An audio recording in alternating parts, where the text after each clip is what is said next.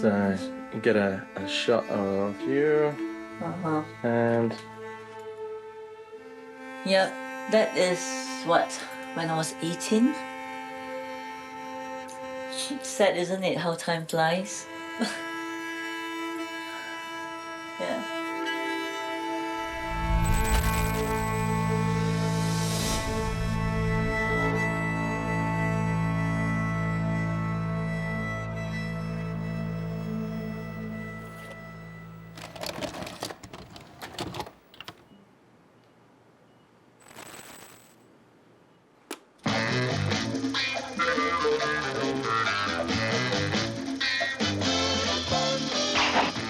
Outrageous Pan-Asian actioner.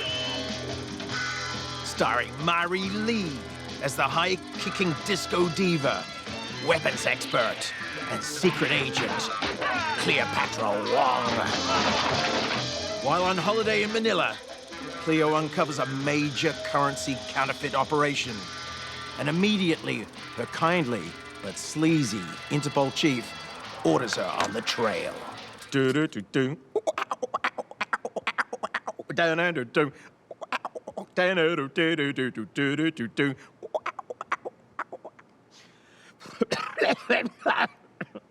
My wah-wah pedal just got out of control. Where'd you get this money? Suppose I don't tell you. Simple. We'll just have to kill you. Either way I die. Is that it? Yeah. I love dodgy, low-budget kung fu movies. And if they're badly dubbed into English, even better. Well, I remember seeing the front cover of, they call it Cleopatra Wong, and it had something like, you know, she purrs, she's a kitten with claws or something like that. I watched this film with my mouth open. It starts with Cleo Wong, you know, karate kicking her way through about 80 dudes.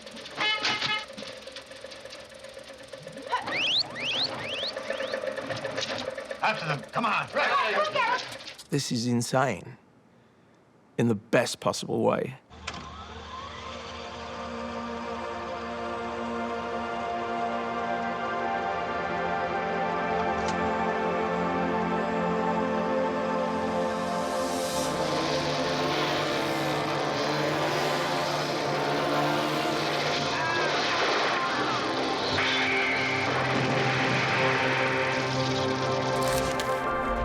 When the advertisement came, are you sexy, seductive, and smart?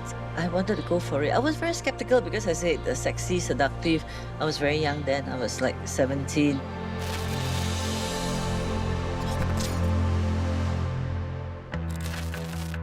The first time I went, it was with my sister. My sister was my guardian since I'm below 21. And he said that she may have to do some artistic nude shots. So my sister is very protective. Just straight away, she took me off and she said no. And unless you tell me the Third World War has started, nothing can get me out of this bed. Second time, I asked my best friend to come along with me. Bobby was asking, do I have any operation marks or anything like that? Whether I could take off my blouse.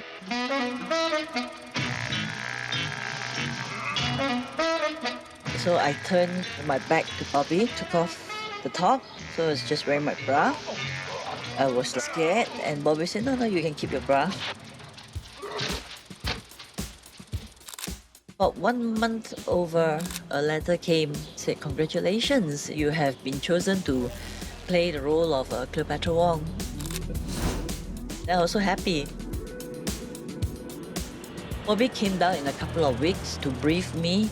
Within a week, he brought me back to the Philippines. Hi, Cleo. Please, am I glad you're here?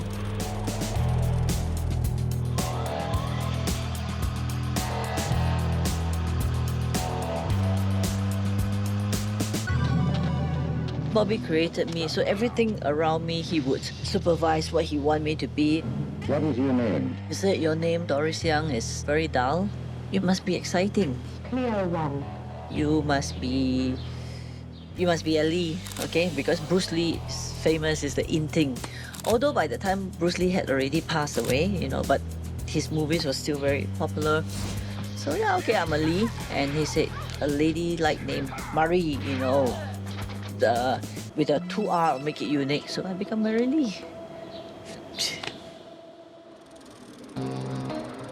We've always known that the film is part of the Singapore cinematic heritage and history. It's a really fun, campy film, right? But yet so non-Singaporean. Your plan is very dangerous, Cleo, but it might work. Well, if it doesn't, you lose an agent. But I think essentially the film is very representative of its era, of its time. It's a film about larger-than-life female character who saves the day.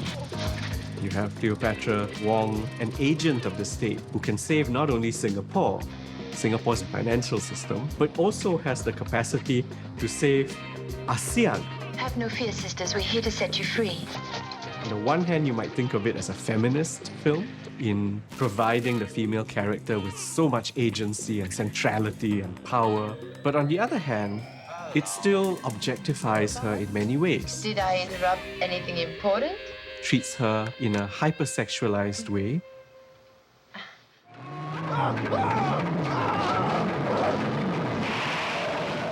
There's a big category of films that we often describe as exploitation films. And these are films that are generally commercially oriented so that they aim to make money. We'll have to step up our operation.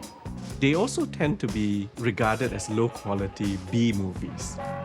Technically, a B film is a supporting feature to an A film, which suggests that the B feature is of a lesser quality. We're afraid of the evil dragon that spits fire. Dragon? Yes, he lives in the abandoned mines. Nobody has ever come back alive. How about if you show me the way? So when we talk about the B films, it's usually something either sleazy or cheesy, and of course, entertaining.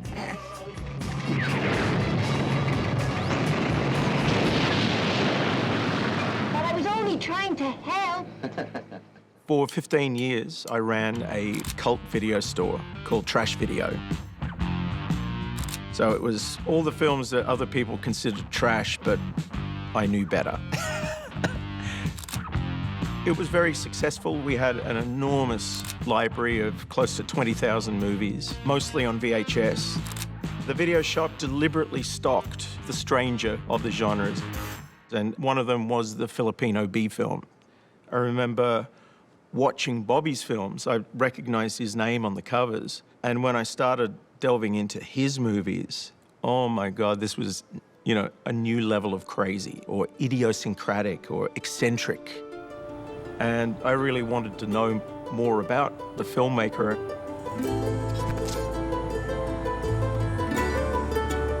All of a sudden, I'm in Manila, I'm in the country, which I've been obsessing about for years, and accumulating a head full of cinematic references, which I could now place to a geographical location.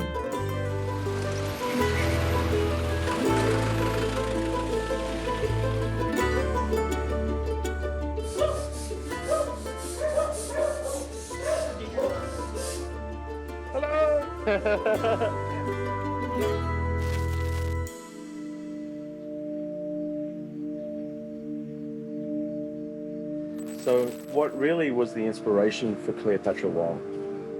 Well, remember the movie Cleopatra Jones? If I ever hear of you selling so much as a cough drop, I'm coming down on you so hard. Tamara Dobson, the Soul Sisters' answer to James Bond, and the most exciting new star in years. Why don't we make an Asian heroine? Not a Chinese heroine, but an Asian, because there is none. Bobby intuitively knew that it was in Singapore that he was going to find his Cleopatra Wong, who was then going to be the female Bruce Lee. It was just, one of those quirks of fate that Marrie, Doris at the time, saw the advert and she went as one of hundreds of hopefuls. Bobby just took one look at her and said, This is my female Bruce Lee. This is Marrie Lee. And the rest is history.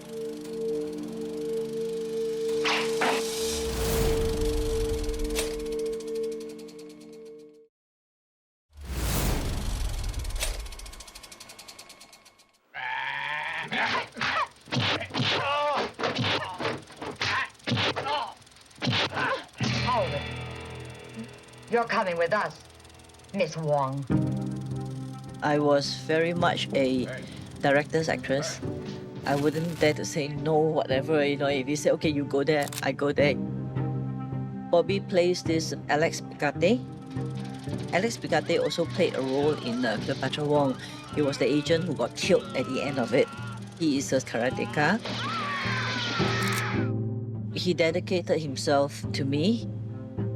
Alex was very, very strict, very strict. He would not even allow me to take a drink of water during training.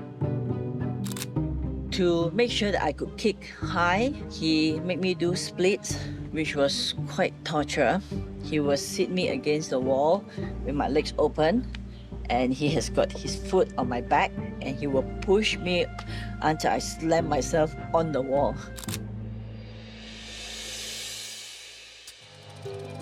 Hello. Oh, hello. May I take your picture? Sure, go ahead. Take all you want. Marrie is somebody, I don't know, I just felt there is something in her. Who makes the jam then in big commercial quantities? Well, the biggest strawberry jam factory in this area is the Catholic monastery over that hill.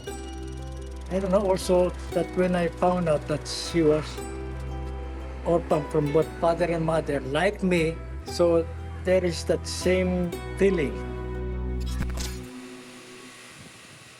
Wow, so this is where it all happened, hey? Bobby was very much like one of those old-fashioned Hollywood ballyhoo machines. Like, coming soon from Miracle Pictures, the greatest epic ever.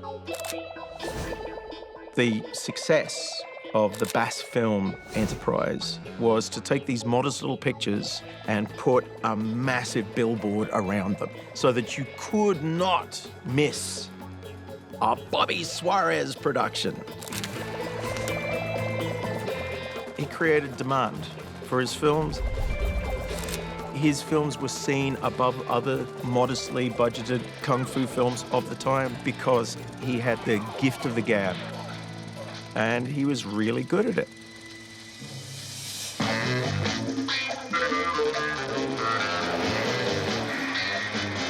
The films themselves are the underdogs of the film world. And Cleopatra Wong series, for me, are the great underdogs of Southeast Asian film.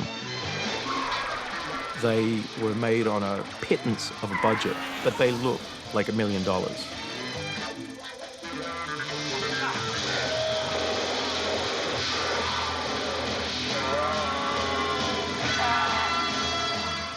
I did watch it as a kid because most people have watched it. It was like everywhere. It was distributed to more countries than possibly James Bond movies.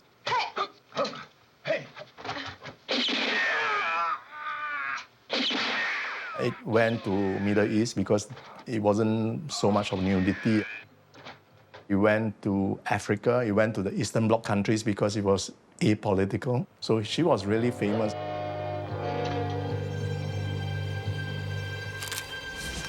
Local journalists wrote about the film, and some of them were pretty bad reviews. So there wasn't any sort of news that came out on how the film actually did in the box office, for example. But I would assume the film did well globally because we know that there were sequels that came out of it. For example, films like Dynamite Johnson and Devil's Angels. You dumb broad! Why don't you look where you're going? Sorry. Let's go. Bobby actually created sequels out of these films, and I think his intention was to create a film universe using the same characters. So I would say, to some extent, I think the film was really successful globally. This film was marketed largely through the efforts and entrepreneurial energies of Bobby Suarez himself in the West. US and Canada, European capitals as well, right, in Germany and so on.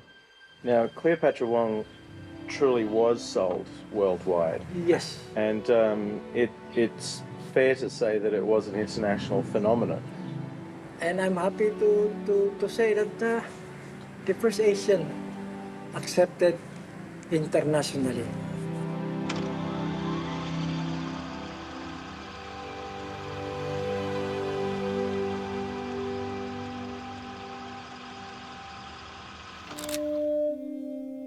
Bobby had a lot of plans for Marrie beyond the first 3 Cleopatra Wong films. Marrie was put under an exclusive contract. She would have signed up for 5 or 10 years, something like that, and they were expecting to make about 2 films a year.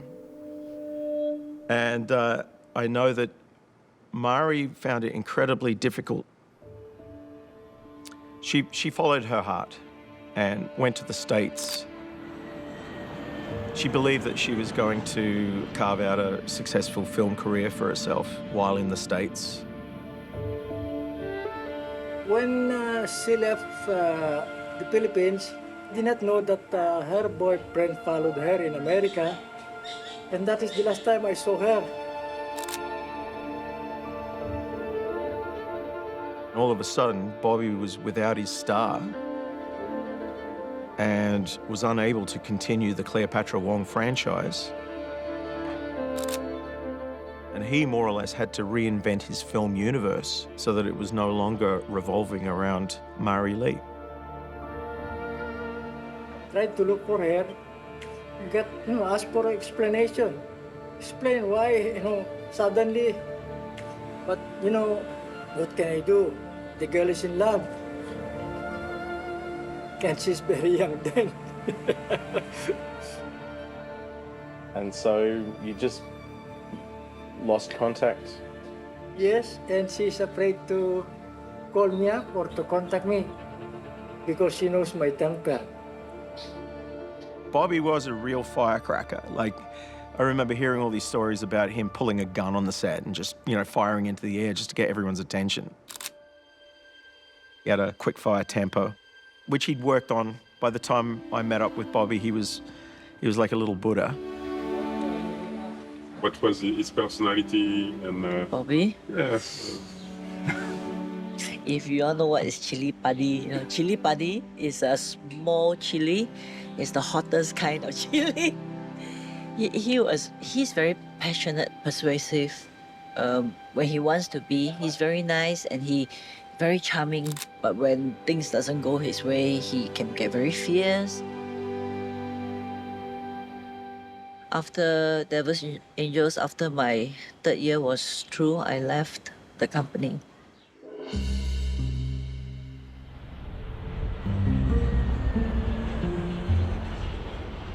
Went back to Singapore. I was approached by a Hollywood company. They wanted to shoot Charlie Chan's #1 daughter. Charlie Chan, the famous, legendary Chinese detective. What else do we know about this man? It would have been a pilot for a TV series. So I was very excited and everything was ready. We were all contracted, ready to go.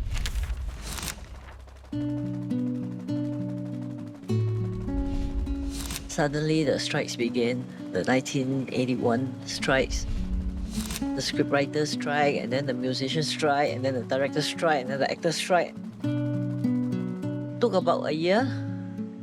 During that time, I got married. I got married very young, so then my husband said, no, I do not wish you to go.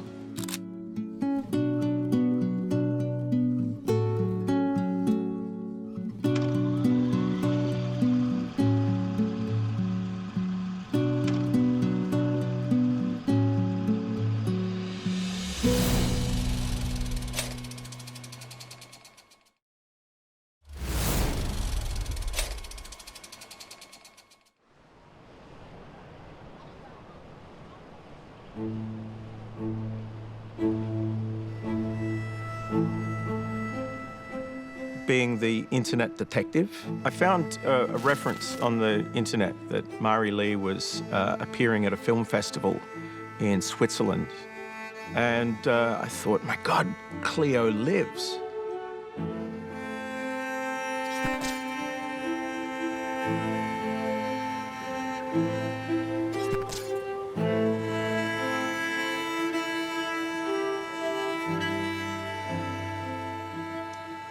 So you get a shot of you, and Yep, that is what, when I was 18. Sad, isn't it, how time flies?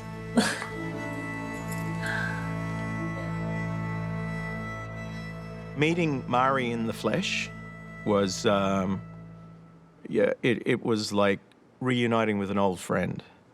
Quite extraordinary. For some reason, we all just kind of speak the same language. And I think part of it has to do with those films not being so prestigious and being somewhat of an underdog. These are some stuff, some memorabilia that I got from eBay. I bid it for them. Okay, this is a full-page advertisement in Variety. I didn't know Bobby was that rich at the time. He took 3 full pages. This is page 31, and it's dated October 5th, 1977. This was right when, after we filmed Cleopatra Wong. That's why filming now completed. It's really funny. When I first went to Singapore and I went to Marrie's office, in her office was a shrine to Cleopatra Wong. My office, okay, messy, functional, okay, and okay, these are all my staff. That's Charlene there. Hi, say hello, wait. Okay. And it was extraordinary to see. But people outside the office weren't really aware of her film past. And I think that she kept a lot of that to herself. Not a lot of people within her extended social circle knew that she was Cleopatra Wong. One gathering, she actually said, please don't mention the movies. Now, this was a poster from Middle East. You can see the difference between the actual poster there. You can see my legs are revealed, okay? Because it's for Muslim territory, you see they have actually brush painted over my legs, and also the cleavage, as you can see there. So this is really for Muslim.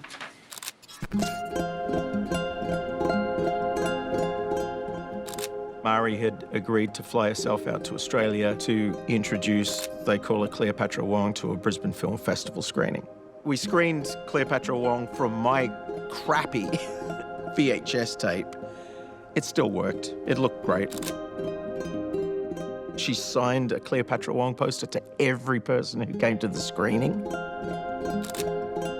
People loved it. There was the star presenting the film. It was her warmth and generosity and her genuineness that really affected people. I still have people coming up to me 17 years later saying, oh man, I was at that Cleopatra Wong screening. I've still got the poster framed on the wall.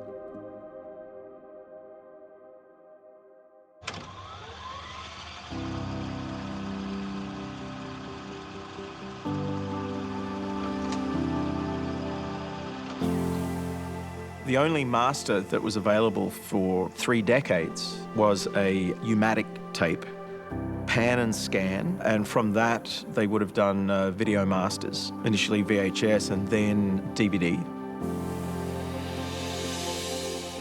So we're looking at tape rolls and VHS glitches. Their film copy was in very bad condition, and unfortunately they had to discard that. It's always heartbreaking when we have to, lose something, and especially when it is in its original elements like these. We were contacting Doris or Marrie. That was in 2007. She said, can't find it. She only had a DVD copy, and we were, a little bit desperate, thinking, oh, what we're gonna do? We needed to do something about it.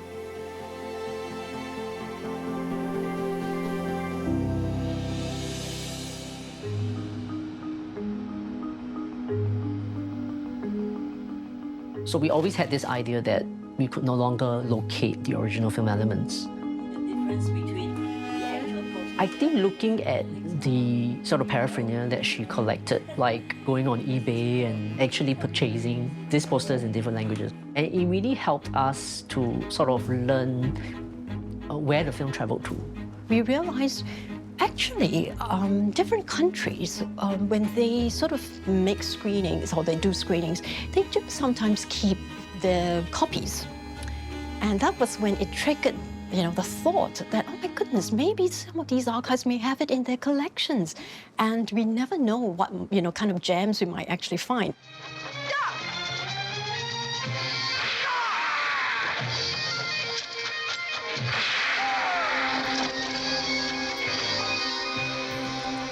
I know that Tarantino name-checked Cleopatra Wong and Marrie Lee in an interview that he was doing around the time of Kill Bill.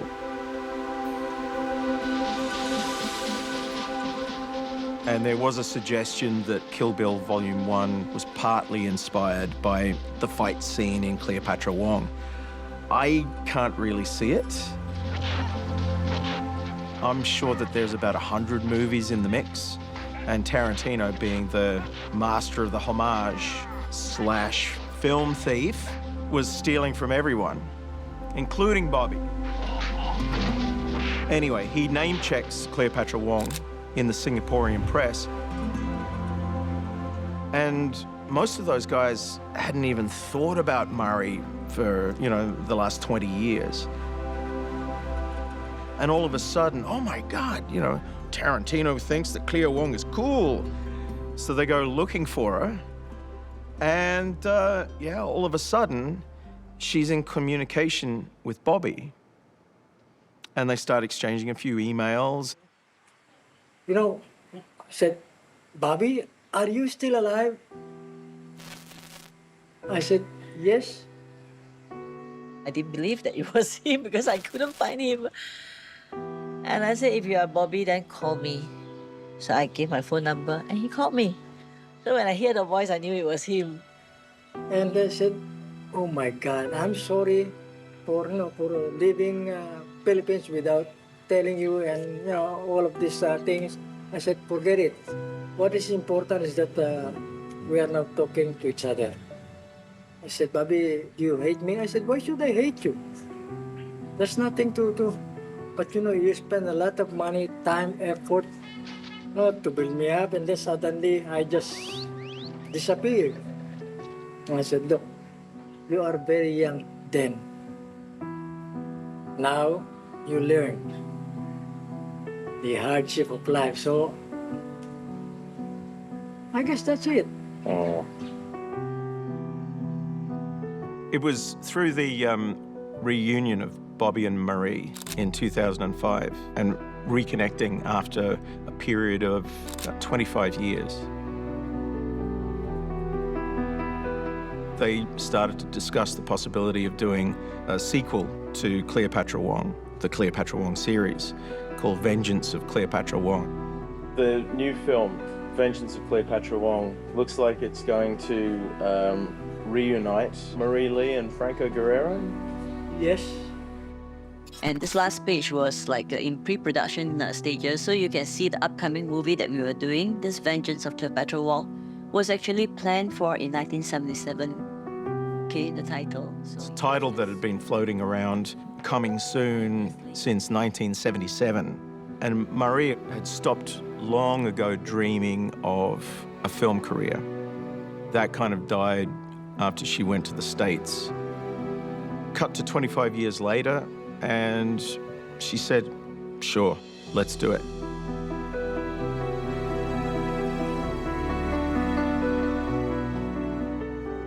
And she started to train again. She went back into training in martial arts. Saying, Bobby, I mean, that's 20 over years too late, I can't go and make the leading lady, they want someone young, sexy, whatever. But Bobby said, no, you can do it. You can lose weight, you can go in training, you can do that. Talk to me about the upcoming Cleopatra Wong film. Upcoming Cleopatra Wong, okay, Vengeance of Cleopatra Wong, like I was saying, that is 29 years late in the making. Yeah, it is going to be a full action-packed movie. There's a lot of training on my part. There's a lot of things I need to do, you know, total makeover, practice, everything. Yeah. So how do you feel about stepping into the role after 28 years? Stepping in the role it's not a matter of stepping in the role. I'm already in the role, you know. I'm synonymous with Cleo Wong. Cleo Wong is me, you know. It's just like telling myself, psych myself that I have to do it, because looking at the movie that was made 28 years ago, looking at all the action scenes and all that, I just couldn't believe that I did that. And 28 years later, I'm going to go into it full swing again. So it's going to be a very big challenge. It's not easy to raise funds to make a movie. Eventually, he collaborated with a company, and suddenly this Bobby said, no, you know, I have disagreement with them. I said, what? He said, because they want to use a young girl. And I said, by all means, do it, you know. I mean, if she played the daughter, fine. I can never live with it if no one wants to see an older woman play a sexy Interpol agent. His partner was going to give me some fight scene in the beginning, and after that, put me in an accident and in a coma up to the end of the movie. So Bobby said, no, you're not going to put her to sleep, you know. I think this I've never told anyone, but... Then a couple of months later, I got the call from Bobby. The funding has fallen through. And he said, this is it. I have to abandon the film. His health had started to deteriorate quite badly. By 2008, when I last saw him, he was incredibly frail, thin, and his kidneys were failing. And then I got the phone call from Jean. We lost him. He's gone. And that was the end of the dream.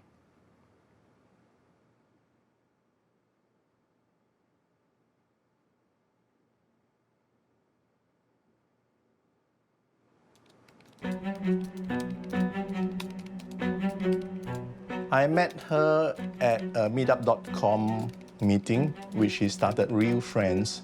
She called herself Sandy in the correspondence to keep herself anonymous. I didn't know she was Marrie, as in Cleopatra Wong. Then in the middle of the discussion, I was saying, I remember when I was a kid, I saw a kind of athletic, tall girl riding motorbike, kicking ass. And she said, yeah, that's me.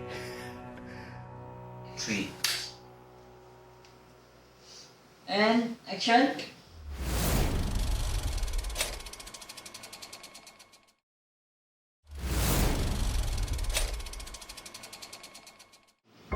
A little bit intimate, and the hesitation didn't sound like nervousness. It sounded like kind of put it down. Real Friends is a filmmaking collaborative for people in front, behind the camera, and so on to get together to make films, just to have fun. Let me shot 1, take 2. Teachers, clerks, technologists. Sound, sorry? Sound speed, yeah. They can be engineers, shipping executives, and all that. And action. I think if you ask children in a kindergarten class, how many of you are artists? I think most of them will put up their hands. So I think there's this fantasy in many working adults to be an actor or a filmmaker of sorts, to tell stories, to tell fantasies. And Real Friends was able to be that place where these people with unfulfilled dreams come to make films. Yeah. In the past, I have always been acting. I have never been behind the camera. And it was always a dream, you know, to direct a film of my own, action thriller, kung fu film, because that That is my passion. Once you grab, okay, hook, what hook in, then you push up. Just one stop only. After Bobby passed away, it is my dream to do the reboot of Cleopatra Wong. But not knowing anything that goes on behind the camera, I cannot jolly well, do it. So I have to learn the trade somehow. I have a group, a crew who is really awesome. They taught me everything I need to know, from camera work to editing to lighting and all that. So it is actually a huge learning process for me.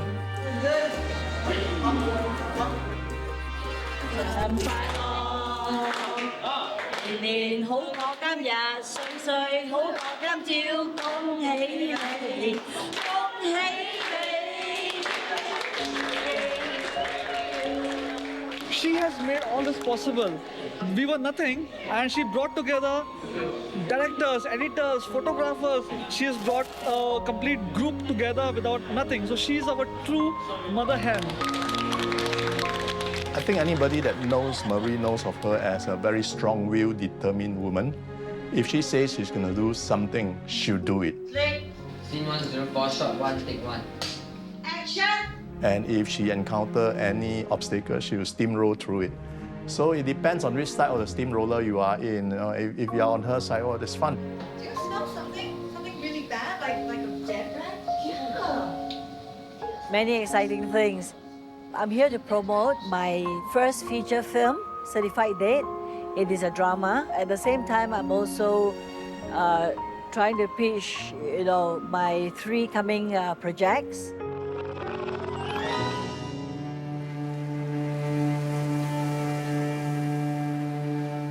Certified Date is about a middle-aged man that's very insecure about having a very young wife, and he took an untested drug to keep up with the vitality of being such a husband. And the result is that he ended up as a walking dead. And I thought, my God, she's back. Cleo is back. But this time as a producer and a director. This time she's on the other side of the camera. There she was, just calling the shots. It is said that when you write a script, even if it is about a fish, it's actually about you. So I think in the case of Certified Date, it's no difference. I think Marrie is in a way writing about her ill health.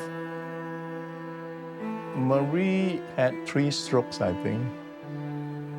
And after each stroke, I can see that she gotten weaker. There's this need to live life to the fullest every day. And that's also kind of Marrie, very Marrie.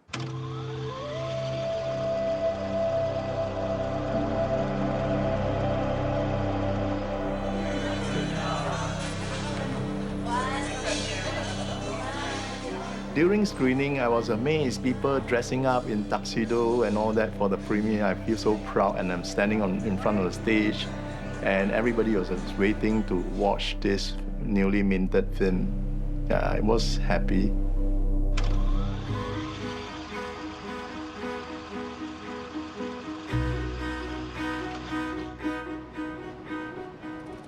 We decided to put out a call through the International Federation of Film Archives.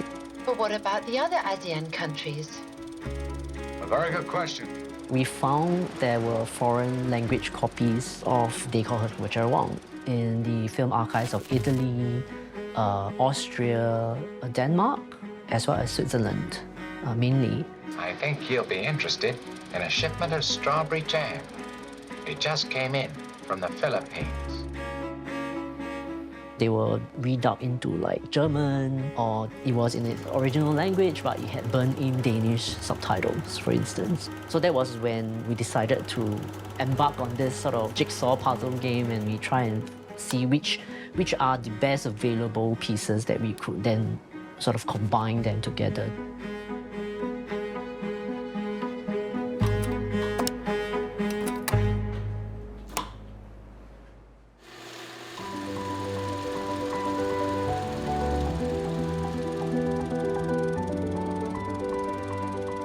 always start off as looking at a poor quality version of the film before it was restored. So to be able to witness the film again in a different sort of clarity and definition, I'm always, amazed and astounding feeling for me.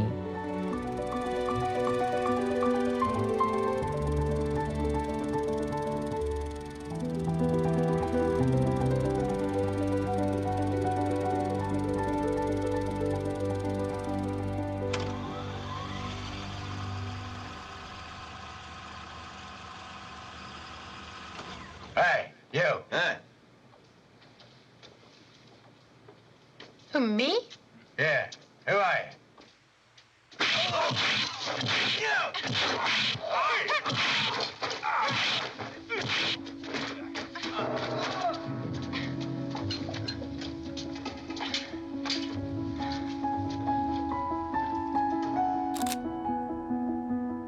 It was a wonderful night. Initially, we only had 5 screenings, and they were all sold out. Doris came in, she gave an opening to express her sentiment of what it was like to see the film again.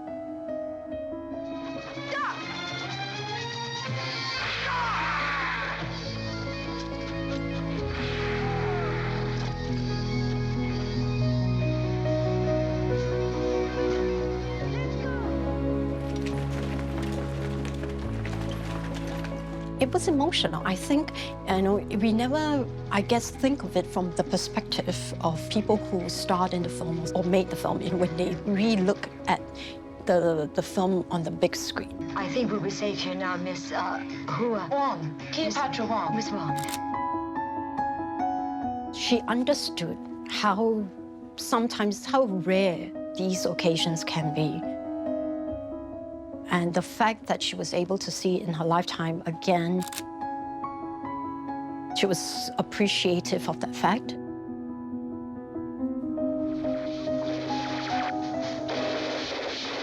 To see all those nuns with machine guns falling off the top of the Diplomat in beautiful widescreen. And my God, that film looked incredible.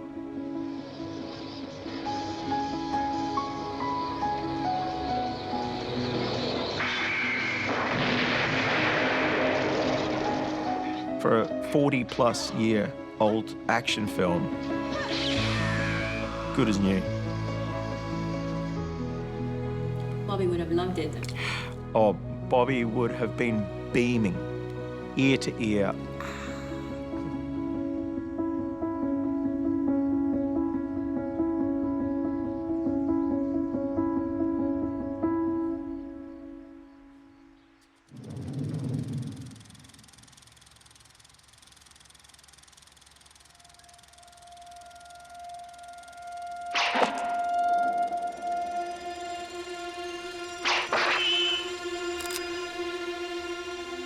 From Doris Young to Marrie Lee, from Marrie Lee to Cleopatra Wong. I respect her very much because she was able to do it by herself. She's a strong-willed woman, so she knows what she wants. Nobody is going to say Marrie cannot do. Marrie always can do. Marrie was a great lover of film. She had finally not only made peace with her past, but she was also embracing her legacy.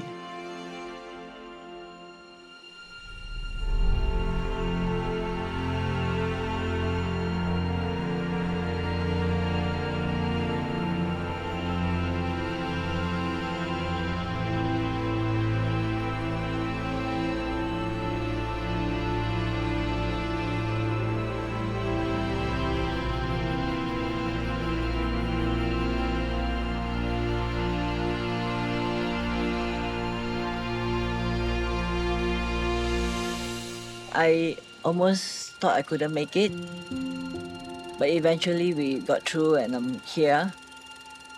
I'm so glad I did. I'm very glad to be here.